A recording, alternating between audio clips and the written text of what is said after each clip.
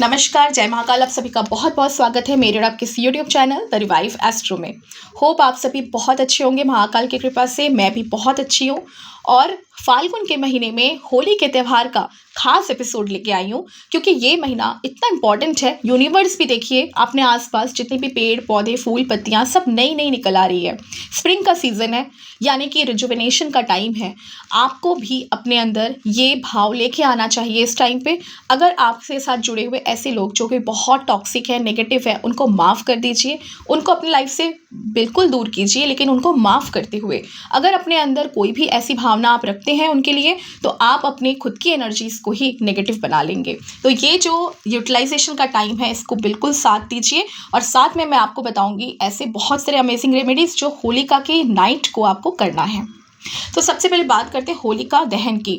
होली 13 मार्च को आ रही है, यानी होलिका दहन जो है आपको 13 मार्च को करना है। रात 11:30 से 12:30 के बीच का मुहूर्त है। इस टाइम पे आपको होलिका दहन ज़रूर करना चाहिए। इस समय आपको अपने रिचुअल के हिसाब से जो भी आप अग्निदेव को समर्पित करना चाहते हैं, चढ़ाना चाहते हैं, बिल्कुल चढ़ाएं। लेकिन साथ में जो है आपको रेमेडीज़ बताने वाली हूँ, उस रेमेडीज़ को ज़रूर यूज़ कीजिए।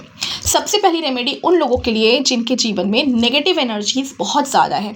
ऐसे लोग जो बहुत सारे ऐसे आसपास के लोगों से इम्पैक्ट जल्दी हो जाते हैं, या फिर आपके कांटेक्ट में ऐसे लोग आ गए हैं जो आपको लगता है आपके लिए कुछ ना कुछ षड्यंत्र कर रहे हैं। आपको कुछ ना कुछ करके ब्लैक मैजिक हो सकती है, जानबूझ के कुछ ना कुछ करके आपके जीवन में बाधा उत्पन्न कर रहे हैं, आपकी चीज़ों को बिगाड़ रहे हैं, या फिर आपको गारंटी है कि आसपास में कुछ तो है लेकिन कौन है आपको नहीं पता। तो ये रेमेडी ज़रूर की। पहले आपको एक नारियल लेनी है। नारियल लेने के बाद इसको एक रक्षा सूत्र से बांधना है। 7 टाइम्स आपको घुमाना है धागे को, और बांध के आपको जब होलिका दहन होगा उस समय आपको ये समर्पित कर देना है, यानी कि चढ़ाना है अग्निदेव को। चढ़ाते हुए आपको यही प्रे करना है कि जो भी नेगेटिव एनर्जीज आपके जीवन में आई है किसी के भी वजह से, वो चीज़ें यहाँ पर जल के ख़त्म हो जाए। अगर कोई ब्लैक मैजिक किया है तो भी ये उपाय काम करेगा। अगर किसी का नज़र लगा है तो भी उपाय काम करेगा। तो इस उपाय को ज़रूर। दूसरी रेमेडी उन लोगों के लिए जिनको नाम पता है कि कौन है जिसने आपको अपने जीवन में परेशानी में डाला हुआ है। कई बार हमने देखा है रिलेशनशिप में कोई ना कोई थर्ड पर्सन आ जाता है जिसकी वजह से प्रॉब्लम है, या फिर ऑफिस में भी ऐसा कोई पर्सन टॉक्सिक होता है जो आपके खिलाफ पॉलिटिक्स कर रहा है। आपको जिसका भी नाम पता है जो इंटेंशनल वाइज नेगेटिव है, उसका नाम आप एक पेपर पे लिखेंगे ब्लैक पेन से।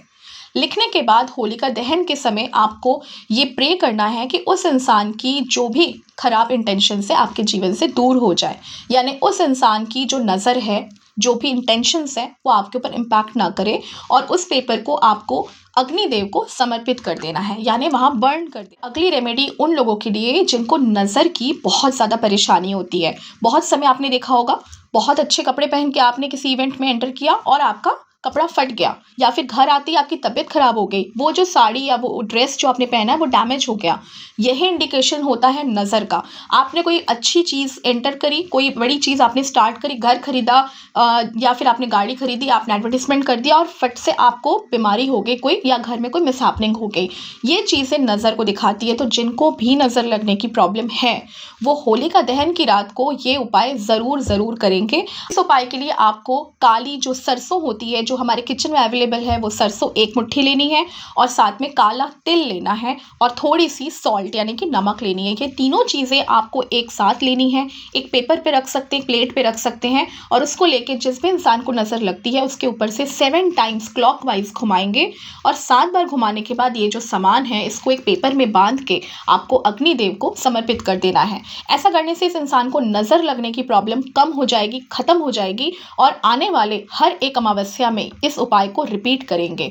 होलिका दहन से स्टार्ट करके हर महीने की अमावस्या में अगर आप इस उपाय को रिपीट करेंगे तो आपको नज़र लगने की प्रॉब्लम ऑलमोस्ट दूर हो जाएगी।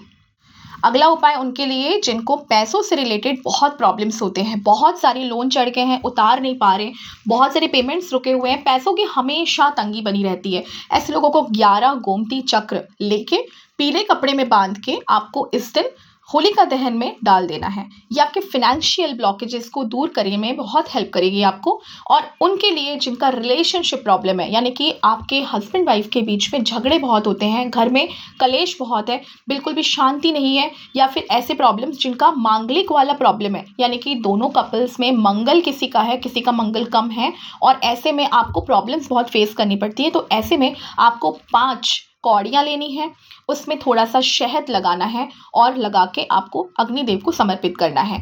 जब आप इस चीज़ को करते हैं तो आपके दोनों के बीच में जो अनवांटेड क्लैशेस होते हैं, ग्रहों के कोई भी दुष्प्रभाव होते हैं, वो चीज़ें दूर हो जाती है।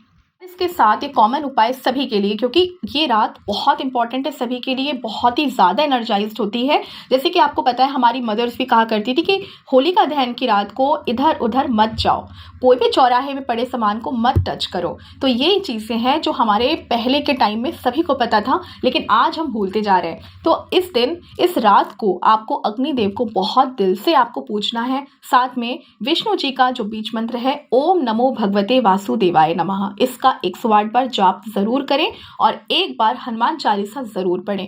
ये जो 2 रेमेडीज है, यानी कि हनुमान चालीसा और विष्णु जी का जो मंत्र मैंने बताया, इन दोनों को अगर आप साथ में करते हैं इस रात को, आपको बहुत सारी जो एनर्जीज है, यानी कि यूनिवर्स की जो एनर्जीज है, वो हेल्प करने आती है, किसी ना किसी रूप में आपको सहारा और सपोर्ट देती है। इसको ज़रूर कीजिए। जिसके भी कुंडली में मंगल और शनि का प्रॉब्लम चल रहा है, उन लोगों के लिए खासकर ये उपाय करना बहुत अत्यंत आवश्यक है। तो इस तरीके से आपको मैंने आज होलिका दहन से रिलेटेड बहुत सारी अच्छी रेमेडीज बताई है, जो कि प्रूवन है और हम सालों से लोगों को करवा रहे हैं। उपायों को ज़रूर करें और मुझे कमेंट बॉक्स में ज़रूर बताएं आपने कैसा फील किया। नमस्कार, जय महाकाल।